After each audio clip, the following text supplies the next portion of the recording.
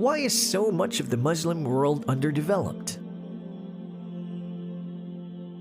No one can deny that the Muslim world has been in decline for several centuries, the causes of which go back into history. In the Muslim nation's early stages, wealth, centers of learning, and public works were abundant. But affluence, excessive concern with worldly life, and the spread of corruption eventually weakened religious consciousness.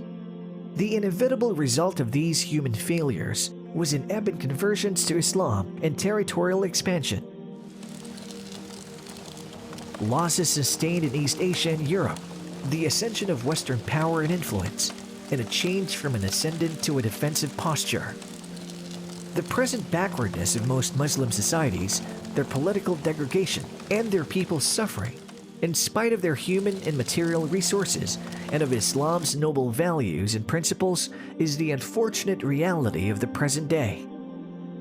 The calamities that befell the Muslim world after the period of its early expansion, eventually leading to the fall of the Caliphate, cannot be attributed to Islamic thought or even entirely to errors in political leadership. The prophetic period and that of the early caliphs, which followed, presented the best examples for all succeeding generations.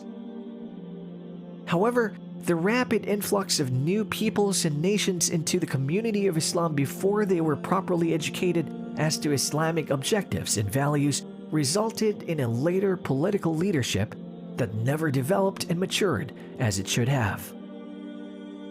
The Islamic vision became obscured and its spirit reduced to mere form, empty words, and a heritage venerated, but seriously misunderstood by later generations.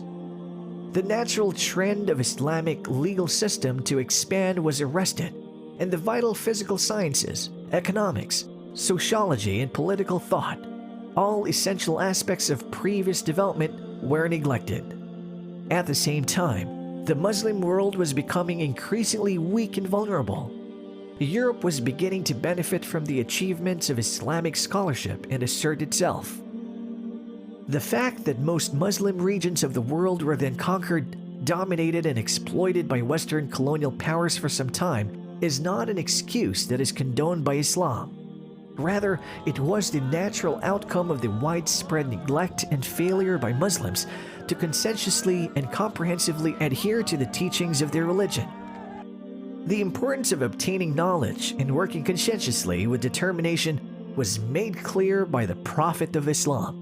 Muslims are taught that because man has been given a certain amount of free will, it must be exercised properly in accordance with Islamic teachings to earn approval of the Creator.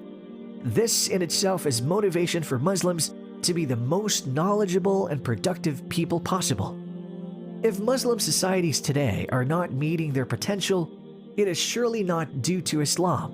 Rather, it is from their ignorance of their religion and failure to apply and practice it.